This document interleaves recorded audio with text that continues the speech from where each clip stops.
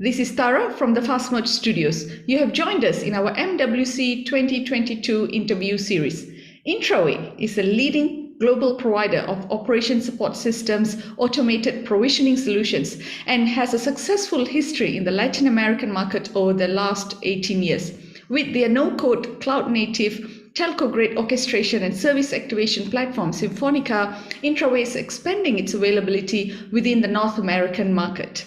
Today we are speaking to Mark Abolafia, SVP Business Development and Global Channels Program. Mark joined Intraway in October last year as part of the company's growth strategy, focused on its business development and partner strategy in North America.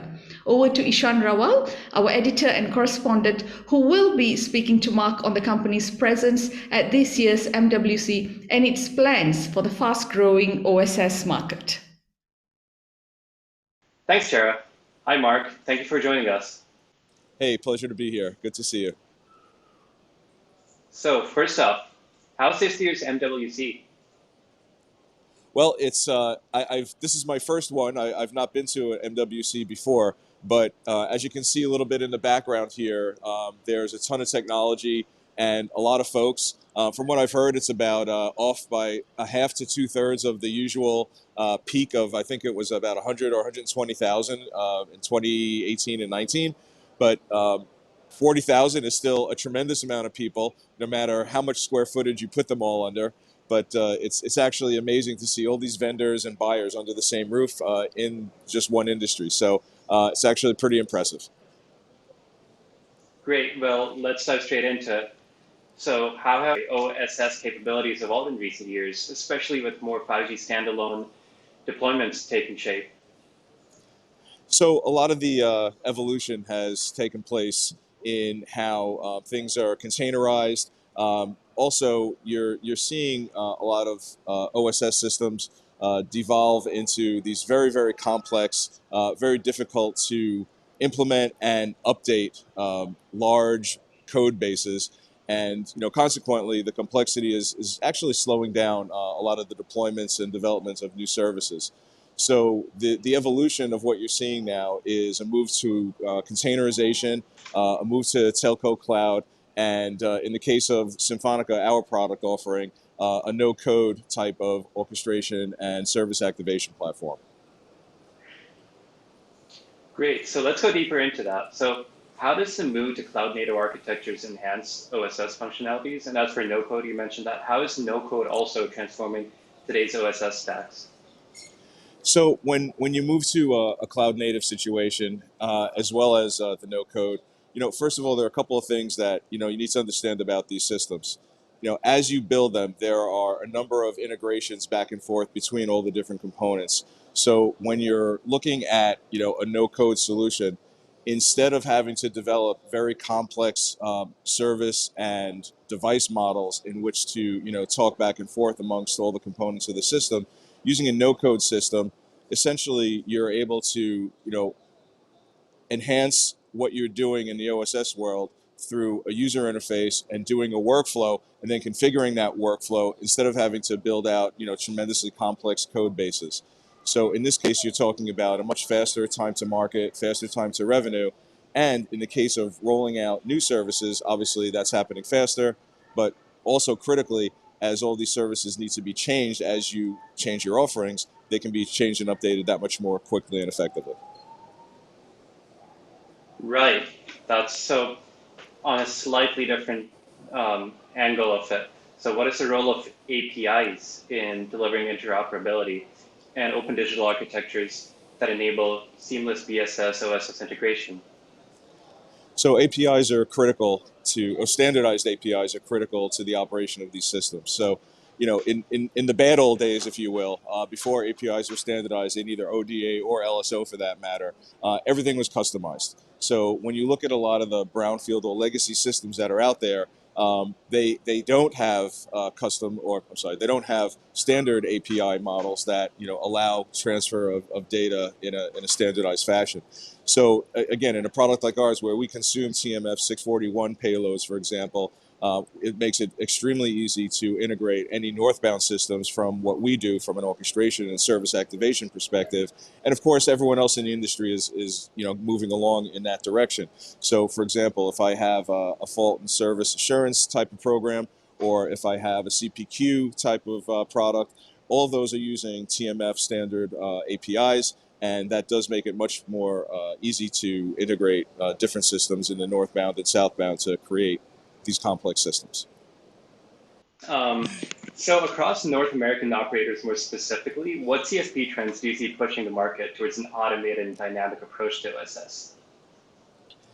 So there are a couple of trends that are doing that. Number one is that, as I mentioned before, the complexity of these systems is getting greater and greater every year as operators try to digitize. So when they want to move towards being a digital operator, they're automating a lot of customer experience facets. You're trying to automate a lot of provisioning and deployment of all these new services. SD-WAN/SASE is one of them. 5G and edge computing is another.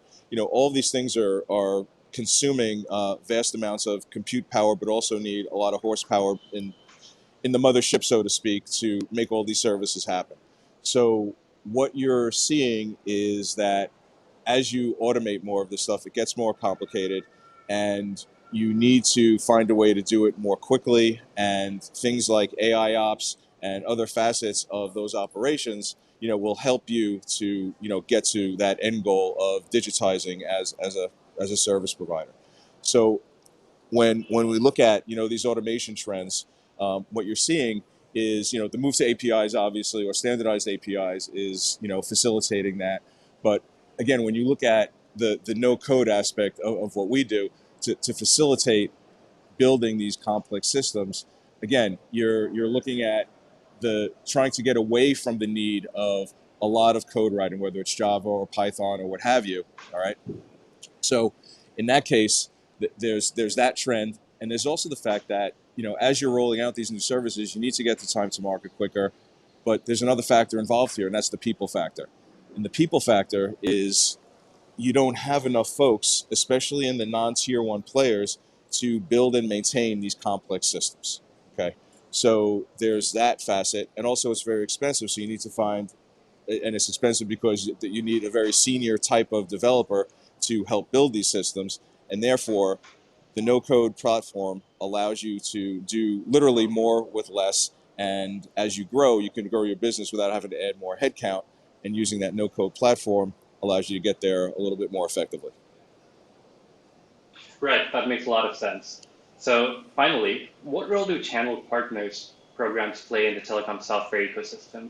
And how does this accelerate the deployment of key capabilities required for today's networks?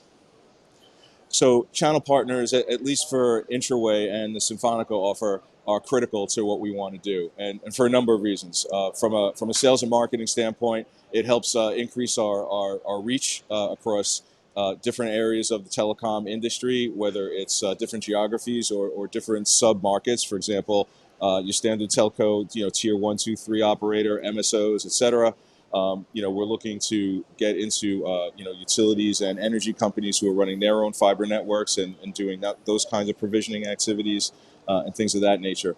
So from a sales perspective, we're looking to enhance our channel, in that way.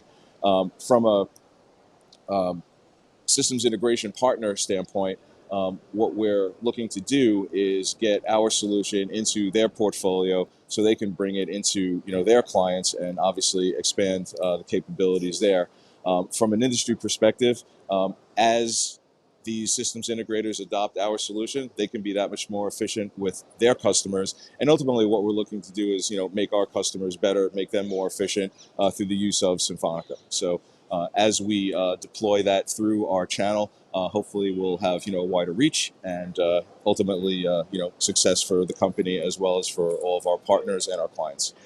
Well, thank you, Mark, for the brilliant insights on OSS, specifically on no-code, cloud-native, vendor-neutral solutions that are 5G ready.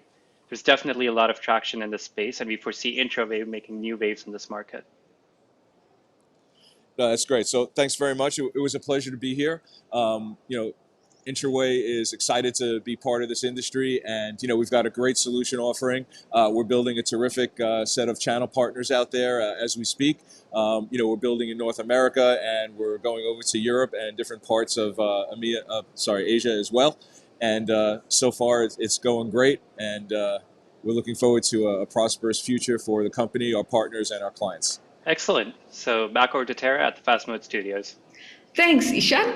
To learn more about Symphonica software as a service solution and how it accelerates CSP's transformation goals in building future-proof networks, please visit Intraway at www.intraway.com. And for more updates and coverage on MWC 2022, don't forget to visit www.thefastmode.com. Thank you and see you again.